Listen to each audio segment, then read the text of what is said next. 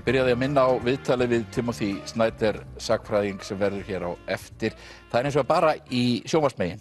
Þar verður klippt á þær á erlendu tungumáli og er ekki sent út í útvarpinu. Þannig að þeir sem vilja sjá það verða að halda áfram að horfa hér eða horfa á sjónvarpið. En við erum komin hérna með, ég eigum ekki að segja 3 fulltrúa ríkisstjórnarinnar sem er nú fallinn, Pál Magnússon, Björt Ólafsdóttur, Þorgerður Katrín Gunnarsdóttur og svo Svandísi Svavarsdóttur úr stjórnarandstöðunni, formann þingflokks Vinstri grænna. Við eigum svo von á Helga Hrafni Gunnarsinni hérna á eftir. Sko, mig langar nú að spurja ykkur bara fyrst varðandi þessa starfsstjórn.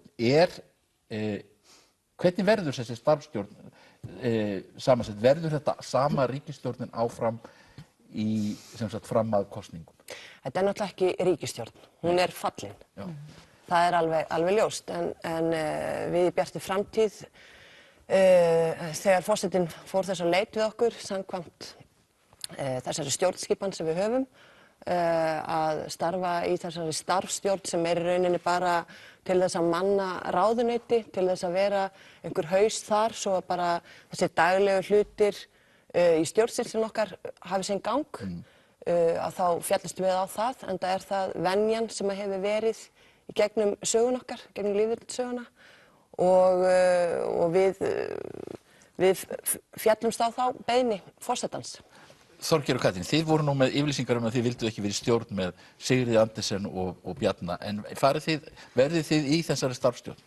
Já, mín skoðun er svo að það er ekkert annað í boði því að þetta er starfsstjórn, réttilega eins og Björt segir, þetta er ekki ríkisstjórn, þetta er ekki pólitísk stjórn, það bara hlutirnir þurfa að ganga fyrir sig og talandi almannahagsmuni versus sérhagsmuni, það eru almannahagsmunir ákveðnir hlutir haldið áfram að virka þó að ríkisstjórnir falli.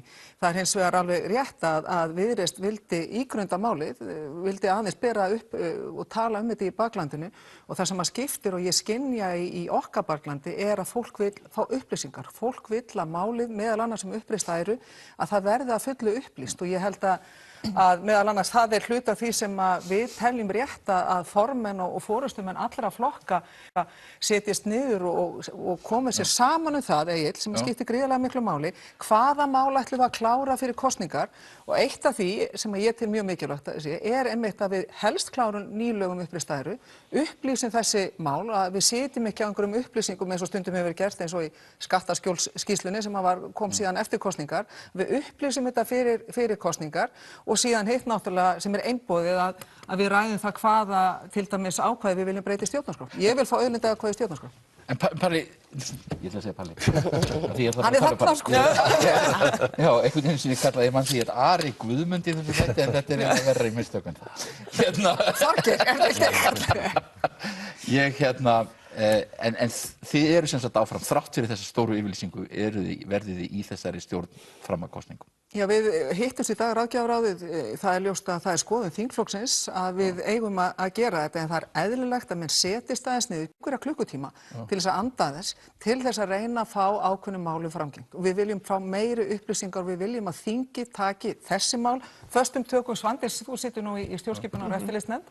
Ég tel mjög mikilvægt að nefndin komi saman og klári þessi. Þú telur að þetta klára þetta mál með þessi löggjöf uppreisn æru áður en þingið situr náttúrulega áfram þangað til það er... Já, þingið situr, það er náttúrulega ekki mjög mikið að gera á þinginu, þannig að stjórnskipunarnefnd fyrir það bara einboðið að taka þetta mál fyrir. Nei, mér finnst þetta reyndar dálítið afkáraleg afstæða, sko, miðað við bara stjórnskipan í landinu. Ef maður eru hættir í ríkisstjórn, þá er verið hættir í ríkisstjórn.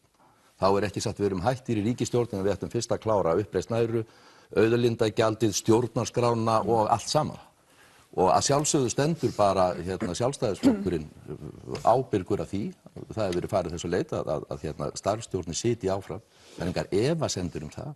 Þetta er bara í samræmi við íslenska hefð og íslenska stjórnskipan og ég skil ekki þessa afstöðu, við ætlum að svara því á mánudaginn, hvort við verðum við tilmælum forsetans, ég bara botna ekki í þessu. Er það málið? Ertu ekki að svara þessu játandi núna? Þetta er svona dæmigert frá kerfisflokki svarið, við erum bara einfaldlega Kerfisflokki, þú hefur verið lengur í þessum flokki en ég. Já, enda fór ég úr honum og hef bara haft gott af því, en ég verð að segja eins og og það er mín skoðun, líka sem lögfræðingur, að það er alveg sammála Páli, það er einboðið að við tökum þátt í þessu, en það er ekkert óeðlilegt að fólk spyrji Á hverju eigum við að gera það, á hvaða forsendu, fólk veit ekkert almennt hvað starfsstjórn þýðir. Það þýðir ekki bara fyrir stjórnmálamann að segja, heyrðu, þetta er bara svona og gera eins og við segjum. Við erum að eigum samtal við fólkið okkar, það er heilbrigt, það eru ný stjórnmál. Svandís, þetta er náttúrulega gríðarleg atburðarás og óvænt. Maður fór að sofa á kvöld og vaknaði upp með fallna stjórn. Ólafur... En maður fór snemma að sofa. Já, ég fór snemma að sofa. Ólafur Þ. Harðarson, ég var að horfa á Twin Peaks held ég. En Ólafur Þ. Harðarson var búinn að fullvissa okkur að stjórnin sigldi lygnan sjó þetta daginn áður. Þannig að maður fór öruggur að sofa kvöldið. En svo verður þessi atburðarás. Ég meina, til dæmis, erum við tilbúin að fara í kosningar og slíkt? Já, ég held að við séum það. Við erum það minnst kosti í VG. Þinn flokkur er það sennilega. Við erum algjörlega tilbúin til þess að fara í kosningar, en aðeins út af þessari umræðum starfsstjórn. Mér finnst mikilvægt, ég held að það sé kannski aðeins núið með þetta hugtak, því að það hljómar eins og þessi ríkisstjórn sé mjög mikið af störfum, en það er einmitt þannig sem það er ekki. Þetta ætti kannski frekar að heita biðstjórn eða stjórn sem hefur bara það hlutverk, eins og Björt segir, að halda í horfinu, að passa upp á það að ráðuneytin virki og svo framvegis og Sjálfstæðisflokkurinn stýrir ekki því hvað Alþingi gerir eftir að ríkisstjórnin er fallin. Það sem ég er að segja er það... En ertu þá ósammála Þorgeiri í því að það er þá ekki, að þínu viti ekki hægt að fara að vinna breyta einhverjum lögum eða þessu þingi eða getur þingið tekið frumkvæði með það? Þingið getur allt. Ef að þing er að störfum, þá er það að störfum og það getur tekið allar ákvarðanir sem það vill á grundvelli meirihluta eftir atvikum, en þegar að staðan er svona óvenjuleg, þegar að búið verður að boða til kosninga, að þá þýðir það náttúrulega þannig að ríkisstjórnin er umboðslaus, hún hefur í raun og veru bara þetta takmarkaða verkefni og eðlilegast væri að ekkert gerðist annað en það sem væri algjör samstaða í þinginu. Það gengur ekki við séum að bera einhver mál atkvæðum undir þessum kringumstæðum vegna þess að það er komið að kjósendum. Þar þú ert ekki sammála því að þetta sé hægt að gera? Já, ég tel að það sé ekki hægt að gera neitt öðruvísi heldur en að það sé bak við það þverpólitísk samstaða og sameiginlegur skilningur á mikilvægi þess bara því að það er út af því sem ég sagði, ég er algjörlega sammála því. Þess vegna hefði mér þótt gott ef að formenn allra stjórnmálaflokka settist niður og reyndi að koma sér saman mál, af því það er lykilatriði að koma sér saman mál og mér finnst einboða menn skoði til dæmis stjórnarskrárbreytingar. En aðeins aftur, Egill, varðandi þessa uppákomu þarna þessan óttum daginn, þá fyrir okkur sem erum að reyna að lesa í spilin sitjandi út í þingsal og reyna að horfa á þessa ríkisstjórn, þá kom það í sjálfu sér ekki á óvart að það kæmi til þess að hún félli. Við fundum að það var ákveðið óyndi í gangi á milli stjórnarflokkana. Við sáum að það var ekki stemning til að mynda þegar var verið að mæla fyrir fjárlagafrumvarpinu. Við ræddum það við Katrín, það vill svo til að við töluðum það bara hreinlega á fimmtudeginum að það væri greinilega ekki gaman hjá þeim, eins og við orðuðum það. Það áttu að meina Björt Þránd? Já, ég er að tala bara ríkisstjórnina í heild. Það var ekki stemning þar á milli. Þannig að ég held að það í sjálfu sér kom ekki óvart, það er svo annað mál hvaða mál það er nákvæmlega sem að verður til þess að fylla mælinn og hvaða mál það er sem verður til þess að sprengja þessa ríkisstjórn. En við erum að horfa á mjög söguleg þáttaskil í því að Sjálfstæðisflokkurinn getur ekki með réttu kallað sig einhverja festu í íslensku stjórnmálum. Vegna þess að nú er þetta þriðja ríkisstjórnin á 8 árum sem að getur ekki lokið við kjörtímabil og Sjálfstæðisflokkurinn er þar burðarvirki. Þannig að Sjálfstæðisflokkurinn þarf að fara heim og vinna sína heimavinnu áður en að hann getur með trúverðum hætti haldið því fram að hann sé upp á og endir alls í íslensku stjórnmálum. Er það ekki kjósendur Svandís sem ákveða það hvenær Sjálfstæðisflokkurinn fer heim og hvort? Já, ég myndi að minnsta kosti taka þessi skilaboð alvarlega í ykkar skoðun. Já, en fyrst og fremst skildaði nú skilaboðin frá kjósendum og ég óttast þau ekkert sérstaklega. Var þetta frumhlaup hjá Bjartri framtíð? Já. Ég ætla að byrja Pálma svara því fyrst og kemur þú. Mér fannst það, við skulum átta okkur á því. Brynjar Níelsson notar orðið upphlaupslýður og dæmælusflóms. Já, það er ekki mín orð. Brynjar er náttúrulega í reiðikasti og það er allt í lagi. Við skulum átta okkur á því að Björt Framtíð er ekki þessi ríkisstjórn, hún er ekki fallin út af barnaníði. Hún er fallin út af því sem Björt Framtíð álít vera trúnaðarbrest, sem fólst í því hvenær og með hvaða hætti formaður Sjálfstæðisflokksins sagði hinum flokkunum frá því að faðir hans hefði undirritað þetta umsagnarbréf þennan barnaníðing. Þetta er ástæðan fyrir því að ríkisstjórnin er fallin. Þetta finnst mér ekki vera gild ástæða til þess að fella ríkisstjórn. Ef Björt Framtíð og svo Viðreisn, þegar hún hljópa þennan vagndaginn eftir, hefðu viljað laga þessi mál, afnema þessi fáránlegu lög sem hafa verið í gildi 100 ár uppreist æru, þyngja refsingar í þessum barnaníðingsmálum, það vansalaust fyrir Alþingi, ríkisstjórn og alla sem hafa setið hér við völd að þessi sennilega viðbjóðslegasti glæpur sem maður hefur heyrt af, sem fólst í barnaníði upp á dag í 12 ár, gagnvart stjúpdóttur sinni, að hann bar í sér og fól í sér 5 ára refsidóm og glæpamaðurinn var laus eftir 3 ár.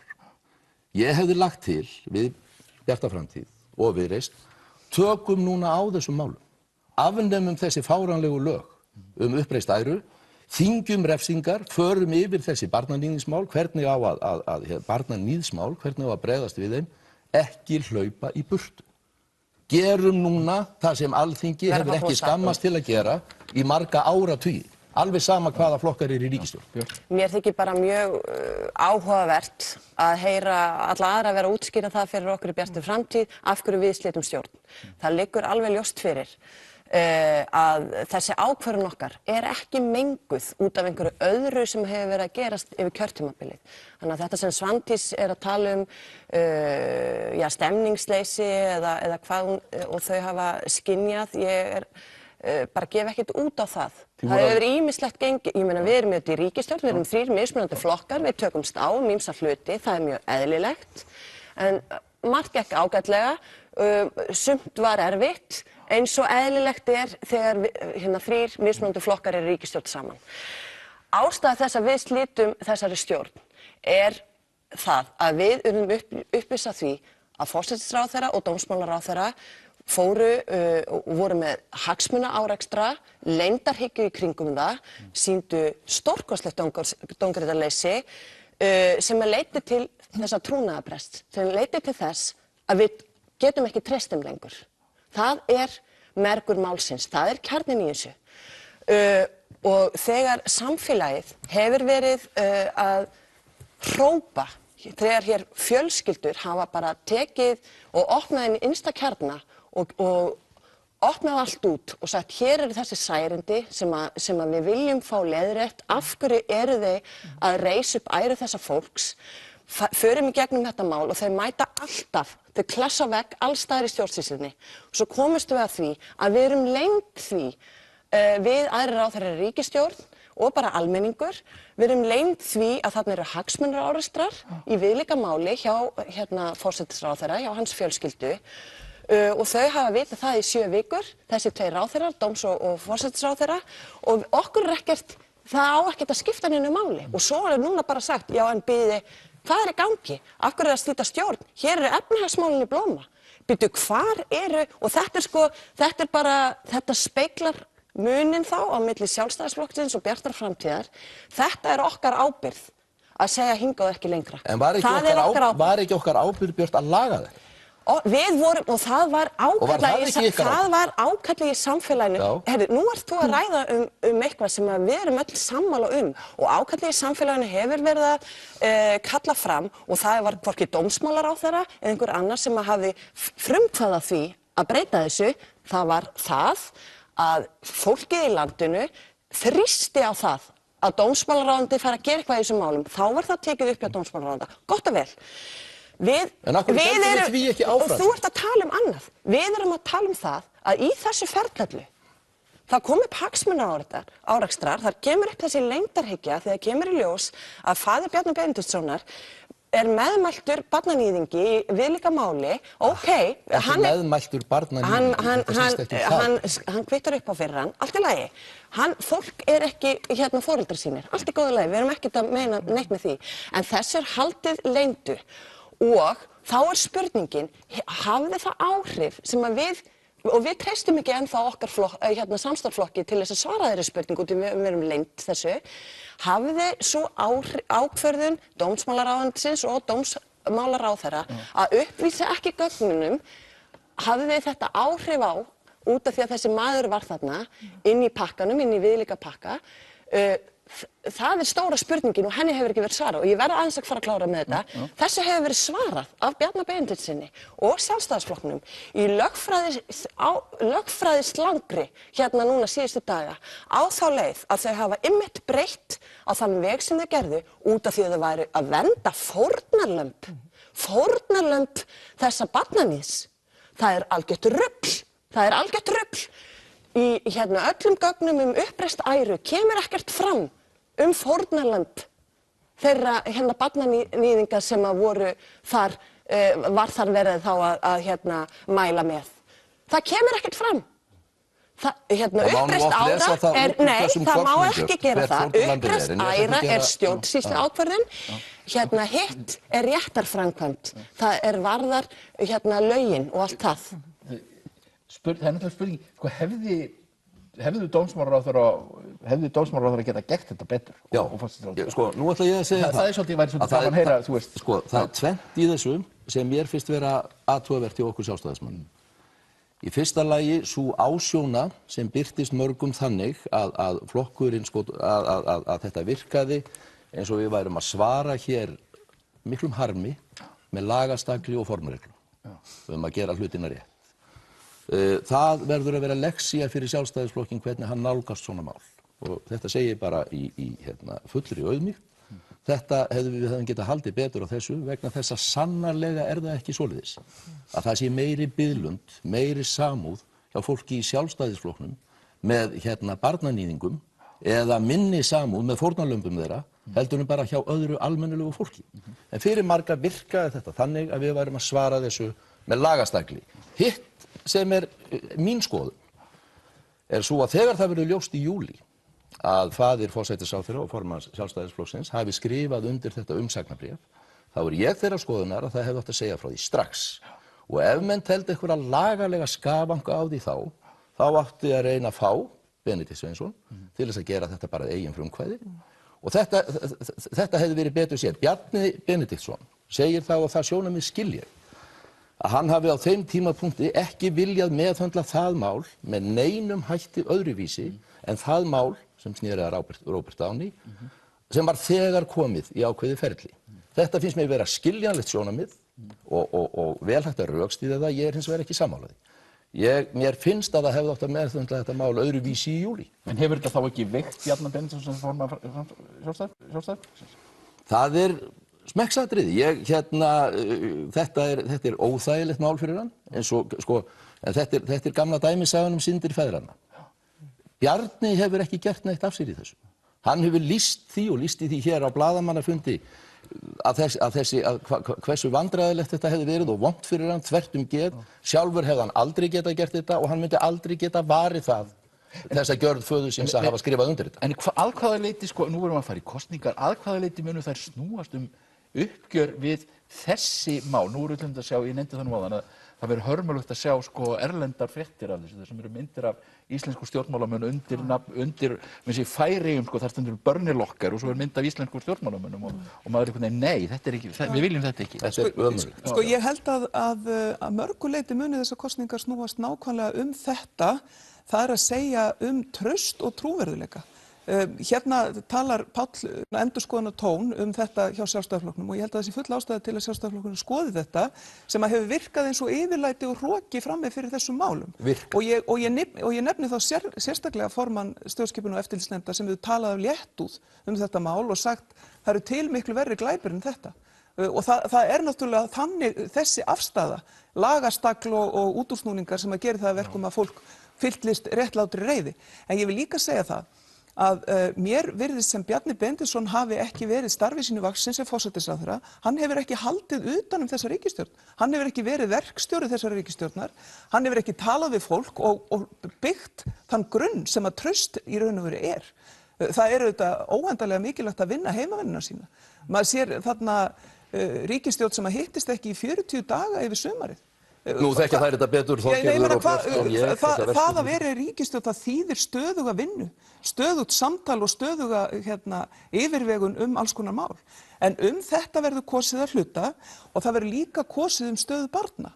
Það verður kosið brotaþola kynferðisbrota og viljan til þess að taka þessi mál föstum tökum, bæði lögin, Ertu ekki sammála með Svandís að á það hefur skort hér? Á það hefur skort hér, en þegar að við sjáum leyndina sem var í stjórnskipunar- og eftirlitsnefnd, þegar að nefndarmenn ganga á dyr af því þeir vilja ekki sjá gögn, og það eru óvart akkurat þingmenn Sjálfstæðisflokks í nefndinni, reyndar þingmaður Viðreisnar líka, þá sér maður það allt saman í nýju ljósi þegar að þessar upplýsingar kom upp á borðið.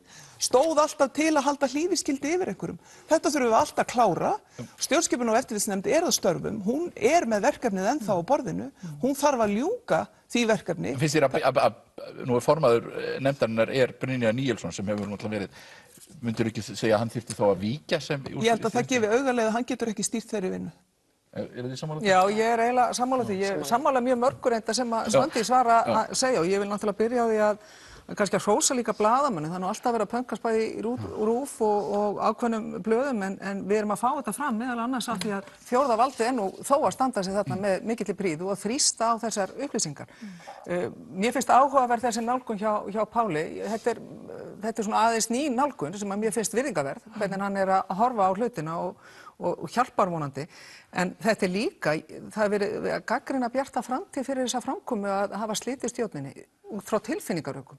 Og það er eiginlega það sem að mér finnst svolítið nýja pólitíkin. Tilfinningarök eru nefnilega orðin stór breyta í þessu öllu. Það verður að fara að taka betur utan fórnarlöp kynferðisafbrota. Og þegar ég hef verið að tala leyndarhyggju, þá hef ég ekki verið að tala endilega leyndarhyggjuna út frá þessu eina máli. Heldur almennt það hvernig málsmeðferðin í kringum kynferðisbrot sem að beinast náttúrulega fyrst og fremst gagnvart konum og börnum. Og það er alveg hægt að slíta ríkisstjórn út frá einhverju öðru heldur en lagatæknilegu sjónarmiði, peningalegum hagsmunum eða efnahagslegum stöðugleika.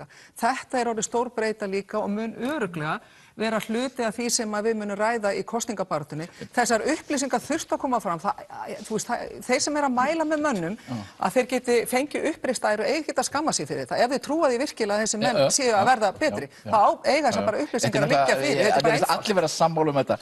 System er alveg gjörónýtt og þetta þegar menn að nálgast svona eins og þau sé að skrifa upp á víxla eða eitthvað þá er þetta náttúrulega algjörlega. Hugsaðu bara. Og svo er náttúrulega þessum Páll segir varðandi refsingar í þessu. Þær eru náttúrulega forsmá þetta er skammarlegt, það er forsmá. Ég vil benda á eitt, að það er á meðan við erum að tala og það rennur í gegn hérna þessar heimildir til þess að veita mönnum uppreistar.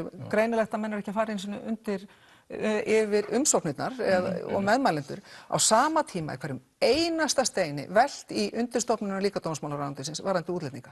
Þá eru málin tafin, þá er ekki hægt að taka neinar mannlegar og mannúðlegar ákvarðanir af því að kerfið segir bara nei. Mér finnst þetta vera hrópandi og þetta er nákvæmlega á sama tíma að hitt gengur smurt í gegnum kerfið. Þess vegna verður talað um kerfið. Þess vegna þurfum við kerfisbreytingar í þessu. En ég er einhver möguleiki á því að það verði ekki kosningar? Munið til dæmis Vinstri græn, mundu þið taka þátt í viðræðum að reyna að mynda stjórn?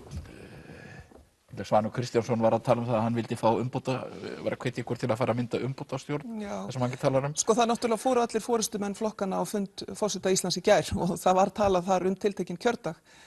Ég vænti þess að það verði boðaður þingfundur núna bara strax eftir helgina og þá gerast hlutirnir auðvitað hratt. Við erum byrjuð að tala um kosningar og kjördag.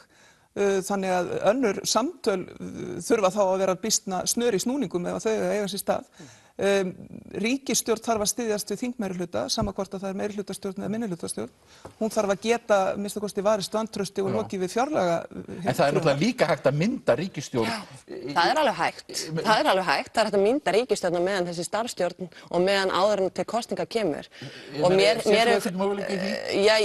þú veist, auðvitað er það erfitt fyrir stjórnmálaflokka og það er það sem við stóðum frammi fyrir hérna þegar var verið að reyna að mynda ríkisstjórn síðast fyrir ekki að það vildi enginn vinna með neinum og það þetta gengur ekki upp og það endaði þannig að ég meina fólk við brutum átt af einhverju oflæti af minnsta kosti, menn það voru ekki allir sátt við það hjá okkur að við færum með Sjálfstæðisflokknum en þú veist, við tökum ábyrgð og við ætlum að gera þetta þannig að miðað við það sem að Bjarni Benediktsson sagði áður en hann sagði sko, eða sem sagt í aðdraganda þess að hann sagðist ætla að slíta þessu bara og hann vildi kosningar. Hann sagði ég hef rætt við alla, eða flest alla forystumenn flokkana og ég sé ekki að það sé neitt að fara að gerast þarna að við getum myndað aðra stjórn, þannig að við erum kosningar og þá spyr ég bara, þannig að allir flokkar hafa ekki viljað, enginn hefur viljað vinna með honum og hver verður þá staðan eftir kosningar?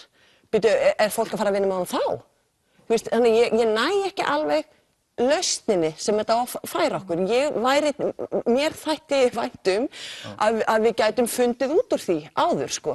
Sko, ég nefnilega spyr mig, vill íslensk alþýða, íslenskur almenningur, kosningar? Ég er ekkert endilega alveg viss og ekkert endilega viss það allir stjórnmálaflokkarnir vilji bara kosningar því að menn eru tiltölulega nýbúnir í kosningum, allir flokkar, þú veist, hafa engin pening og allt það, en ég held þetta sé óhjákvæmilegt. Þetta er náttúrulega bara einboðið, við erum bara löngu komin fram hjá þeim punkti að það sé hægt að gera eitthvað. Það alls konar mynstur sem verður til í þessu, eins og einhver nefndi, það að mynda minnihlutastjórn með hlutleysi einhvers flokks í einhver tíma, það að fara í ýmiss konar sem kæmi þó í gegn fjárlögum, alls konar æfingar. Í Noregi þá kjósa menn ekki nema bara á 4 ára fresti og svo verða stjórnmálamenn bara eins og í sveitarstjórnum hér, sko. Já, það er í sveitarstjórnum hér. Það getur ekki rofið. Ég er sko, við þurfum bara átt okkur á því eins og ég sagði að það þarf að hafa hraðar hendur eða eitthvað annað að gerast heldur en það sem er í spilunum eftir daginn í gær. Það er bara þannig. Og ég vil líka segja sko að þessir flokkar sem hér sitja, þeir hafa náttúrulega lagt fram sína stefnu í fjárlagafrumvarpinu. Þar liggur fyrir að þá áfram að herða að menntun, velferð, vegagerð, heilbrigðismálum. Sem það sem við förum svo að kjósum alveg eins og síðast. Sem við munum kjósum eins og síðast, en það veitir ekki af. Það er ekki verið að herða að það verið að bæta í á öllum þessum. Það þarf að verja innviðina og sækja fram. Og það er það sem verður kosið fyrst og fremst. En þess að þjóðin horfir á batnandi efnahag og það segir hvar þessi peningar? Af hverju koma þeir ekki inn í kerfin okkar, inn í samneyslun okkar og af hverju koma þeir ekki inn í kjör öryrkja og eldri borgara? Það stendur ekki til í fjárlagafrumvarpi Bendis Jóhannessonar. Það kom ekki fram þar og þannig að þessir flokkar þurfa að minnsta kosti ekki fara í mikla stefnumótun fyrir kosningar því að það plagg liggur fyrir. Ég ætla að vera mjög ruttalegur, Svandís, og ég ætla að skipta þér út fyrir að vísa mig á dyr eftir þetta. Nei, það er ekki mjög vænt að fá þig hérna, ég ætla að Helgi kemur hérna að þakka þig fyrir. Það koma náttúrulega tíðindi í gær bárust þau tíðindi að Birgitta Jónsdóttir, sem hefur verið öflugasti foringinn í röðum Pírata, hún ætti að hætta á þingi, standa við orð sínum að hætta á þingi eftir kjörtímabilið, sem náttúrulega miklu styttri en nokkuð maður gerði ráð fyrir, en Helgi Hrafn Jónsson sem að Helgi Hrafn Gunnarsson ég er að verða mjög slæmur með þetta. Gunnarsbörnin eru hér.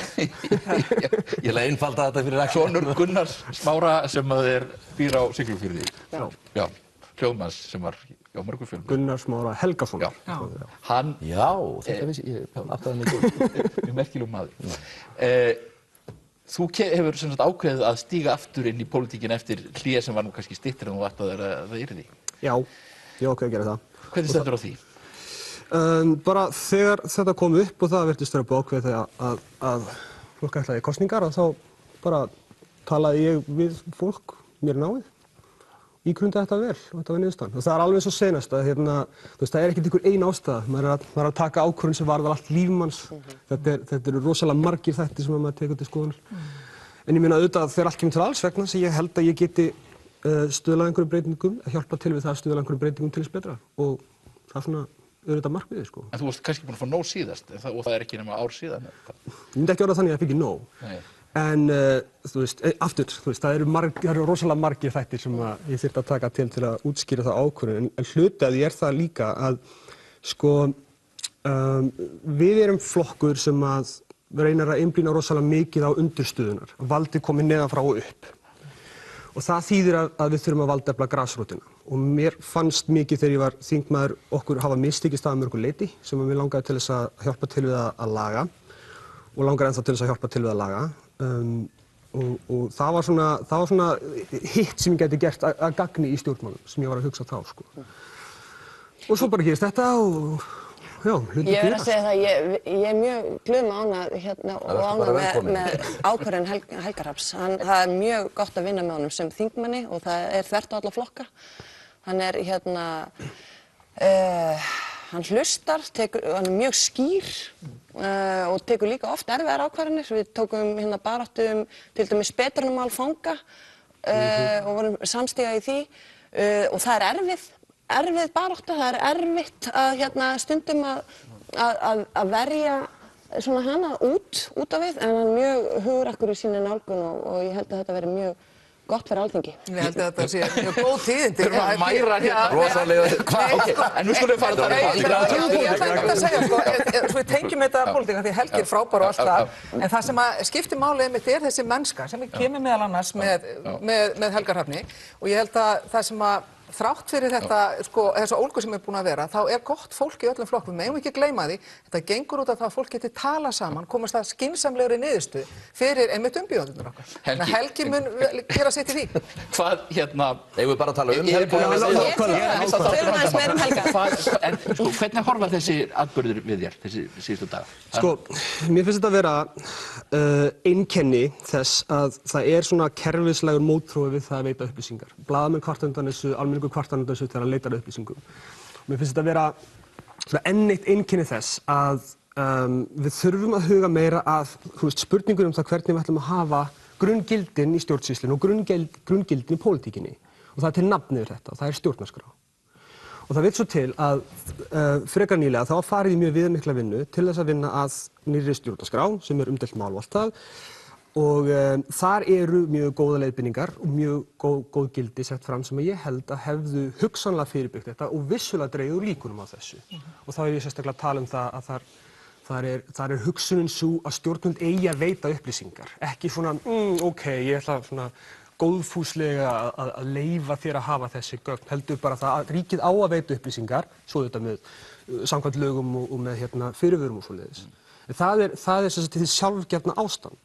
Ég held að þetta mál og mjög mörg ekki sambærileg mál, en svona þessi skandalar, þeir eru oft komnir vegna þess að við höfum ekki útkláð þetta samtal um það hvað eigum við með lýðveldinu í Ísland? Við kláruðum þetta ekki 1944. Hvað eigum við með gagnsæi? Já, hvað eigum við, hvernig ætlum við að hafa grunngildin af því hvernig stjórnmálið virkar? Þetta er óútkláð spurning og við verðum útklána. En hvernig finnst þér, fannst þér eðlilegt að ríkisstjórnin springi á þessu máli? Já, mér finnst það eðlilegt. En ég meina, mér finnst svolítið óþægilegt að tala um þess að, ég er ekki í ríkisstjórn og er ekki á þessum ríkisstjórnarfundum og allt það, og hef aldrei verið ráðherra, en já, mér finnst það alveg eðlilegt. Já. En hvað, en er eftir einhver að slægjast að fara í kosningar núna? Eins og ég segi það, ég held að þessi kosningaþreyta í fólki. Fá Helga á þing. Það virkar á mig. Þetta ráðan bara sem ráðherra, það er ekkert vandamál. Róleg. Eftir eitthvað að slægjast, ég meina, kosningar eru tæki sem við notum til þess að veita umboð og þegar, og ég vil meina allavega, þetta er alveg viðvarandi ástand, eitthvað stjórnmálakrísa, að kjörtímabil klárast ekki. Já. Það þurfum að finna út úr því og hvernig gerum við það? Jú, með því að veita umboð og við gerum það með kosningum. Þú veist, ok, ef fólk er þreytt á kosningum, þá bara förum að kjósa þannig að við þurfum ekki að gera þetta aftur og aftur. En er eitthvað sem bendir til þess að eitthvað muni breytast þó við kjósum 4. nóvember? Ég meina, kjósendur verða að segja til um það, ég veit ekki hverju ég get svarað þér. Ég get ekki alveg séð það, svona lausnin hefur einhvern veginn ekki alveg komið til mín, en það má vera. Fólk og flokksins, það er nýtt stjórnmála, það sækir gríðarlega fram í skoðanakönnunum. Ég held að við hljótum að gera ráð fyrir að Flokkur flokksins komi inn með einhvern hóp þingmanna, þeir getur fengið 10%, þeir getur þess vegna náðu upp í 12%. Það er það sem ég er að meina, ég held að ég meina hugsanlega og væntanlega heldur tilur Svandís og Katrín og aðrir að VG myndi aðeins bæta í, við trúa því og það bara gott fyrir þau og allt það. Einhverjir litlu flokkana myndi kannski detta út af, jafnvel Björt framtíð. Eða svona, ef maður fer að spá strax, Flokkur fólksins myndi örugglega koma inn, þannig að það sem ég held, og ég veit ekki til þess að það sé aðrir flokkar af Alþingi, af vinstri hliðina að minnsta kosti, sem að taka undir þann málflutning sem að þar er viðhafður. Þannig að, og ef enginn ætlar að vinna með Sjálfstæðisflokknum, hvað er þá að fara að gerast, Þá er þetta ekki bara, liggur þetta ekki aldrei ljóst fyrir? Ég þori ekki að segja þetta upp átt, Það er komið tillögu, minnihlutastjórn. Já. Pælum í því. Ég veit ekki hvað hún ætti að færa okkur, en þegar, þetta er okkar leið til að leysa svona mál. Þetta er þannig að þegar ríkisstjórn fellur með þessum aðdraganda og með þessum hætti sem hún gerir, að þá höfum við enga aðra leið til að skera úr því. Við látum bara kjósendur skera úr það hvernig þetta eigi að vera. En ef þeir hafa ekki áhuga og við fáum sömu niðurstöðuna aftur eða svipan, það er spurning. Já, það er þá þeirra niðurstaða. Það er einmitt spurningi núna að nota þetta tækifæri og hluta til einmitt út frá því sem Helgi er að segja, breyta kerfinu, breyta aðgangi fólks að upplýsingum. Það er lykilatriði. Notum þessa viku til þess aðeins að hugsa þetta upp á nýtt. Minnihlutastjórn. Núna eða eftir kosningar? Ég er bara almennt hlynntur minnihlutastjórnum. Ég vil bara að ríkisstjórnin sé í minnihluta út af því að þetta samband framkvæmdarvaldsins og löggjafarvaldsins verður svo óhollt þegar það er meirihlutastjórnir. Já, og þetta er stjórnarfarið ekki frekar tilvíðanlega. En við erum þannig að koma með til dæmis þessi ríkisstjórn sem er að hrökklast frá núna, hún er kannski ríkisstjórn það er einn risastór flokkur og svo eru minni flokkar sem að í rauninni fara smátt og smátt að upplifa sára vanlíðan í samstarfinu. Bara aðeins þegar við erum ég ber ábyrgð á Sjóvallandi og ég skal ekki leyna því að af og til hefur þetta verið pínu þungt og við erum að horfa upp á sjómannaverkfallið. Það kom náttúrulega ákveðin andstaða strax þar eða þrýstungur að við myndum skipta okkur af því strax. Maður satt það af sér. Það er eitt og annað í kringum sauðfjárræktina og það er náttúrulega varðandi undanþágu á samkeppnislögum út á mjólkinni. En þetta er stundum þannig að mér hefur þótt Bjarni þurft svolítið að smala köttum. Bara, ég var að segja það innan Sjálfstæðisflokksins. Það er alltaf, það hefur verið talað fýlupokkadeildina, þeir kallaði sig sjálfur, ég minnst þetta mjög fínir menn, það má ekki misskilja mig, þetta eru mjög fínir menn, en menn hafa verið að móast við öllum kerfisbreytingum. Má ég koma með eina örstutta stjórnmálaskýringu, sko, því að ég var nú stundum í þínu sæti. Ég spáði því við upphaf lífsferils þessara ríkisstjórnar að líftími hennar myndi frekar ráðast af því hvernig litlu flokkarnir í henni myndu bregðast við því þegar fylgi færi að flæða undan þeim í könnunum. Var það ástæðan núna? Nei, fremur en því hvað Sjálfstæðisflokkurinn gerði eða léti ógert. Sjálfstæðisflokkurinn vill enga breytingar. Það er það sem maður er búin að upplifa á síðustu 8 mánuðum. Við viljum bætur. Þú ert að fara á fund með bændum. Umbætur, ég til ég að fara í það með þér. Þú ert að fara á fund með bændum á þriðjudaginn. Já. En ég þakka ykkur fyrir að vera hérna með mér. Núna rétt á eftir sýni ég viðtal við bandaríska sagnfræðinginn Timothy Snyder sem er einn merkilegasti fræðimaður, stjórnmálaskýrandi í heimi í dag, prófessor í Yale og við tölum aðalega nútímastjórnmálum, Putin, Trump og fleira, vaxandi lýðskrum, jafnvel alræði og ég mæli sterklega með þessu viðtali en það er ekki sent út í útvarpi, það er bara í sjónvarpsmegin og á netinu.